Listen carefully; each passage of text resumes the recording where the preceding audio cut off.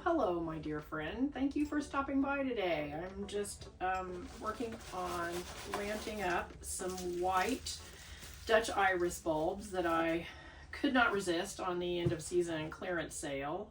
These were 50% off, and I'd already planted several thousand in my tunnel, and usually I plant some outside in the field as well, but my ground is already frozen. So I thought I would just plant these up in some crates and just do them here in my little minimally heated tiny greenhouse. So while I'm planting these up, I thought what I would share today is some info on our top 5 flowers that we sold in 2025 through our collective.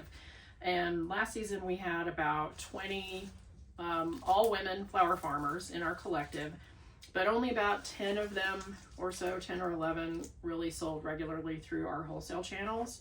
And what we have is a regular, just a pre-order system that I set up for us in Square the first year of our collective.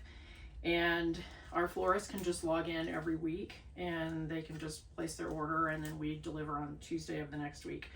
So we had that channel, and then we also started a wholesale in-person market on Tuesdays, which is the day that we all meet up to sort out our deliveries. And so we started that, I think it was mid-June. So we had that as a really good wholesale sales channel for our farmers as well.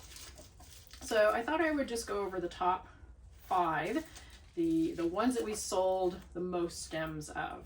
I probably will do another video when we talk more about like dollars and cents, so you can, I know people are always really interested in pricing, and also if you're kind of a data nerd and you like details like that, we do have a Substack that's called Farming Flowers. And I try to do it as sort of a weekly or almost weekly journal of what's going on just on my flower farm. But then I've also recently started adding in information about our collective. And the post that just went out last week was all about our pricing and how I determine our pricing and what sources I use to get that pricing. So if you like digging into that kind of stuff, you might enjoy our Substack. I'll put a link down in the description if you want to go check it out.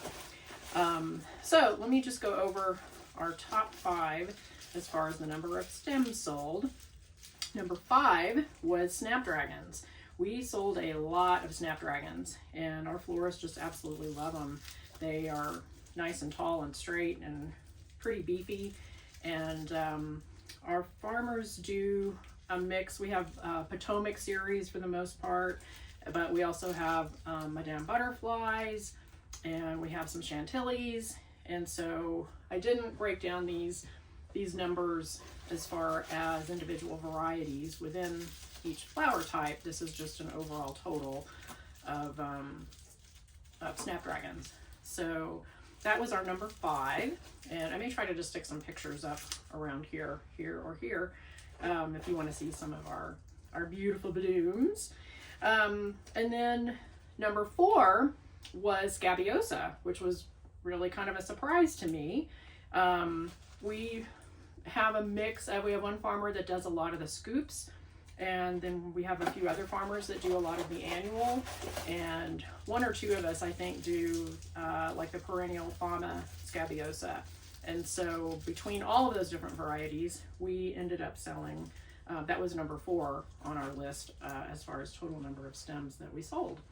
And then number 3, which I'm surprised this was not number 1, honestly, was zinnia. We have a lot of farmers that grow zinnias, and we have a wide variety of everything from the queen limes to the florets. Those are always really popular. Benaris, that whole series is really popular. And it's one of the ones that doesn't ship very well. So our florists really love getting local zinnia blooms. So if you're not growing zinnias and you want to try to sell to florists, you might put that on your list, because they really love getting things that don't ship very well. They love getting those things locally. So that was number 3. Number 2 was dahlia. And we do sell a lot of stems. Our season is really short and very fast and furious here. But florists obviously love those as well, because they don't ship very well. And we have quite a few farmers that grow dahlias, and they grow a lot of different, the really fancy ones, the kind of just plain Jane ones, a mix of everything. And our florists just love them all. They basically will be fine with just a mix of whatever we have going out that week. So that's a big seller for us, are the dahlias. And then our very top seller, which I guess shouldn't have really been a surprise to me because we do move a lot of these stems in the springtime. But again, that season is typically pretty fast and furious when you're just talking about the field grown ones. Our biggest seller by far, like more than double the second and third flowers on our list, was tulips. So that really makes our spring for us here. We don't have a lot of other flowers coming in at that time because our winter tends to last what feels like forever. We are doing winter tulips as well, and that number I don't count in this particular total. I just try to count our field-grown tulips for this, and even with not counting our winter tulips last year, our field-grown tulips were still by far the biggest seller for our collective. And last year was a really hard tulip year too. I had a tremendous amount of loss in my crops, and I know a couple of my other farmers had 60 to 80% loss on theirs too. The tulip bulbs have just been really kind of crappy this past couple of years. So I was surprised that one came out as the top one. I really didn't know that we had sold quite so many. So anyway, I thought that might just be interesting to share. I'm sure it's different every different part of the country. And anyway, I thought you might find that interesting. So thanks for stopping by today, and thanks for hanging out with me. And I hope you have a really wonderful day wherever you are. If you're curious about these little buggers, these are one of the easiest flowers to grow. They don't get super enormous root systems on them, which is why I think they're going to do just fine in a crate. And they are treated sort of, at least for me, they really won't come back the next year very well, like if you snip the flower off.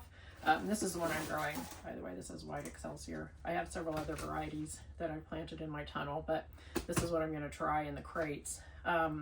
So they don't get extensive root systems, and you will pull the entire thing just like you would a tulip, and then you just cut the bulb off and compost it.